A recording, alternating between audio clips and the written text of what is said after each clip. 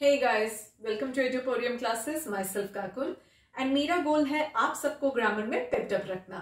सो तैयार हो जाइए आज की वीडियो के लिए जिसमें हम पढ़ेंगे all about sentences. Stay tuned.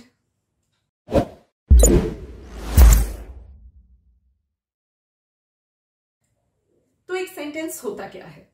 अगर हम डेफिनेशन देखें, sentence is a set of words, is a group of words that are complete in itself.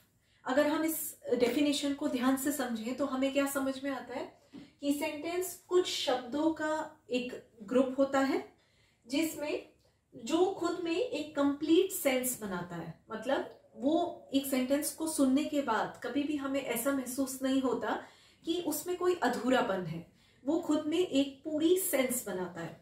एक एग्जाम्पल, सलिल राइड्स अ बाइसाइकिल। इसमें हमें बहुत अच्छे से इस सेंटेंस को पढ़ के समझ आ रहा है, सलिल एक साइकिल चला रहा है। तो ये एक सेंटेंस हुआ। अब एक सेंटेंस को हम दो पीसेस में ब्रेक कर सकते हैं। एक पीस होता है सब्जेक्ट और एक पार्ट कहलाता है प्रेडिकेट। अब जो सब्जेक्ट होता है वो हमेशा हमारे सेंटेंस का डूअर होता है। डूअर मतलब जो एक्शन कर रहा है या जिसके कारण कोई एक्शन हो रहा है। प्रेडिकेट जो होता है वो हमारे सेंटेंस का वो पार्ट होता है जो ये बताता है कि व्हाट इज बीइंग डन, क्या किया जा रहा है या क्या हो रहा है।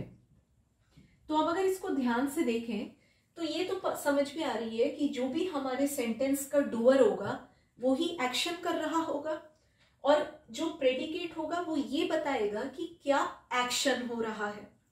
जैसे अगर इस एग्जाम्पल में देखें, सलिल राइड्स अ बाइसाइकिल, तो सलिल है हमारा सब्जेक्ट क्योंकि वो एक्शन कर रहा है। क्या एक्शन कर रहा है? राइड्स अ बाइसाइकिल, एक साइकिल चला रहा है। तो ये हमारा हो जाता है सेंटेंस का प्रेडिकेट। आइए और समझते हैं सब्जेक्ट और प्रेडिकेट के बारे में। तो अब हम समझेंगे सब्जेक्ट और प्रेडिकेट के बारे में और कुछ बातें। देखिए, हम वही पुराना एग्जाम्पल ले रहे हैं, सलिल राइड्स अ बाइसाइकिल, जिसमें हमने ये समझा था सलिल सब्जेक्ट है, राइड्स अ बाइसाइकिल प्रेडिकेट है। अब इस प्रेडिकेट को भी हम दो पार्ट्स में दोबारा से बांट सकते हैं। इसमें एक पार्ट होता है जो हमें ये बता रहा होता है कि क्या एक्शन चल रहा है। जैसे यहाँ पे हमारा राइड्स, और अगर हम सबको इतनी बात पता है कि जो भी ऐसा शब्द ये बताता है कि क्या एक्शन हो रहा है उसको हम क्रिया कहते हैं या फिर वर्ब। तो राइड्स है हमारा वर्ब। अ बाइसाइकिल, बाइसाइकिल यहाँ पे हमारा ऑब्जेक्ट है। ऑब्जेक्ट वो चीज होती है जो जिसके ऊपर काम किया जा रहा है या जिसके साथ जिसकी मदद से कोई काम किया जा रहा है। तो यहाँ पे अब हमारे सेंटेंस को हमने देखा जाए तो तीन पार्ट में ब्रेक कर दिया, सब्जेक्ट, वर्ब, ऑब्जेक्ट। नीचे कुछ एग्जाम्पल्स और देखते हैं। We went to the store, यहां पे वी हमारा सब्जेक्ट हो गया, इसके नीचे एस लिख देते हैं। वेंट यानी कि हमें ये पता चल रहा है वेंट को देख के कि मैं जा रही हूं, जाना पता चल रहा है। तो ये जो वेंट हो गया ये हमारा हो गया वर्ब। और टू द स्टोर, अब यहां पे जो स्टोर हो गया कि मतलब कहां तक जा रही हूं, स्टोर पे जा रही हूं, तो स्टोर हो जाता है हमारा object. The man builds a house, यहां पे हमारा जो द मैन है इतना पार्ट यहां तक, ये पूरा सब्जेक्ट हो गया, ये पूरा ही ले लेते हैं यहां पे क्योंकि ये डूअर है हमारे सेंटेंस का। बिल्ड्स हो जाता है हमारा वर्ब क्योंकि इससे एक्चुअल पता चल रहा है कि क्या एक्शन हो रहा है, कोई चीज बनाई जा रही है। और हाउस, क्या बनाया जा रहा है, हाउस बनाया जा रहा है, तो ये हो जाता है हमारा object. The moon shines in the sky, the moon तक का भाग हमारा हो जाता है सब्जेक्ट। शाइन्स हो जाएगा हमारा वर्ब क्योंकि ये बता रहा है चमकना, कोई चीज चमक रही है। कहां पे चमक रही है? स्काई में, तो स्काई हमारा हो जाएगा ऑब्जेक्ट। वीडियो के इस पार्ट में हम ये देखेंगे कि जो हमारे सेंटेंस में सब्जेक्ट, वर्ब और तीसरा जो ऑब्जेक्ट लगता है, अब वो जो सब्जेक्ट और वर्ब है उनके बीच में हम किस तरीके से क्या अरेंजमेंट करेंगे कि वो दोनों एक दूसरे के साथ सेंटेंस में खूबसूरत लगे, अच्छे दिखाई दें। तो देखिए सब्जेक्ट क्या होता है? सब्जेक्ट इज अ नाउन और अ प्रोनाउन। नाउन होता है किसी भी पर्सन, प्लेस, एनिमल या थिंग का नाम, और प्रोनाउन वो शब्द होते हैं जो नाउन की जगह इस्तेमाल किए जाते हैं, जैसे आई, मी, वी, यू, ही, शी, दे। तो अब अगर हम किसी सेंटेंस में अलग अलग तरीके से सब्जेक्ट यूज करें तो उसके साथ हम वर्ब को कैसे फिट करेंगे ये समझना है हमें। सबसे पहले आगे बढ़ने से पहले आपको एक बात ध्यान रखनी है, अगर मैं एक वर्ब को दो तरीके से लिखूं, रीड्स और रीड, तो इन दोनों में अंतर क्या है?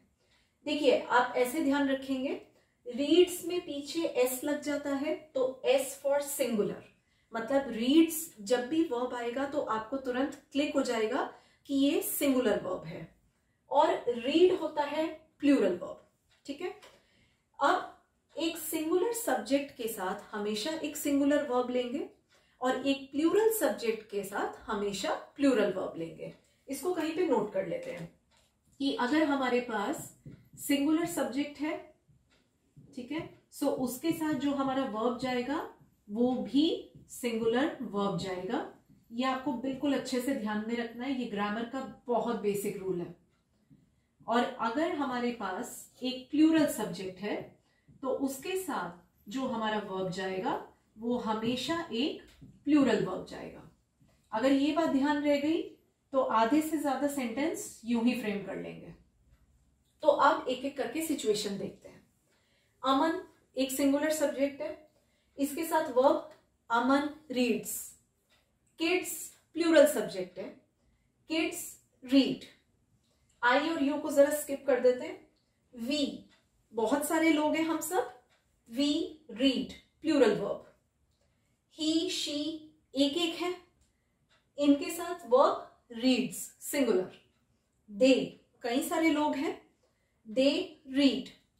अब रही बात आई और यू की, ये एक ऐसा एक्सेप्शन है जिसमें आई में भी हम हमेशा एक प्लूरल वर्ब लगाएंगे, ये देखते हुए कि आई जबकि एक सिंगुलर सब्जेक्ट है। इसी तरह यू आप, ये भी एक सिंगुलर सब्जेक्ट है पर ये हमेशा अपने साथ एक प्लूरल वर्ब लेता है। तो बस आपको इन दो का छोड़कर बाकी सब पे यही लॉजिक लगा के वर्ब फिट कर देना है। तो आज की वीडियो में हमने सेंटेंस का बिल्कुल बेसिक पढ़ा है, सब्जेक्ट, ऑब्जेक्ट, वर्ब, प्रेडिकेट क्या चीजें होती हैं। नेक्स्ट वीडियो हमारी अपकमिंग जो वीडियो है उसमें हम एक सेंटेंस के पार्ट्स ऑफ स्पीच के बारे में पढ़ेंगे। आप हैरान होंगे ये देखकर कि अगर हम एक सेंटेंस को छोटे छोटे पार्ट्स में तोड़ें तो उन पार्ट्स में से कुछ नाउन निकलेगा, कोई वर्ब निकलेगा, कुछ एडजेक्टिव निकलेगा, कुछ कंजंक्शन निकलेगा, और इसी तरीके से हमारे सारे मिला के 8 पार्ट्स ऑफ स्पीच होते हैं जिनके बारे में हम अपनी अगली वीडियो में डिटेल में डिस्कशन करेंगे। देखना मत भूलिए and don't forget to press the bell icon ताकि आपको अगली वीडियो की अपडेट्स लगातार मिलती रहें। Stay tuned to Educorium classes.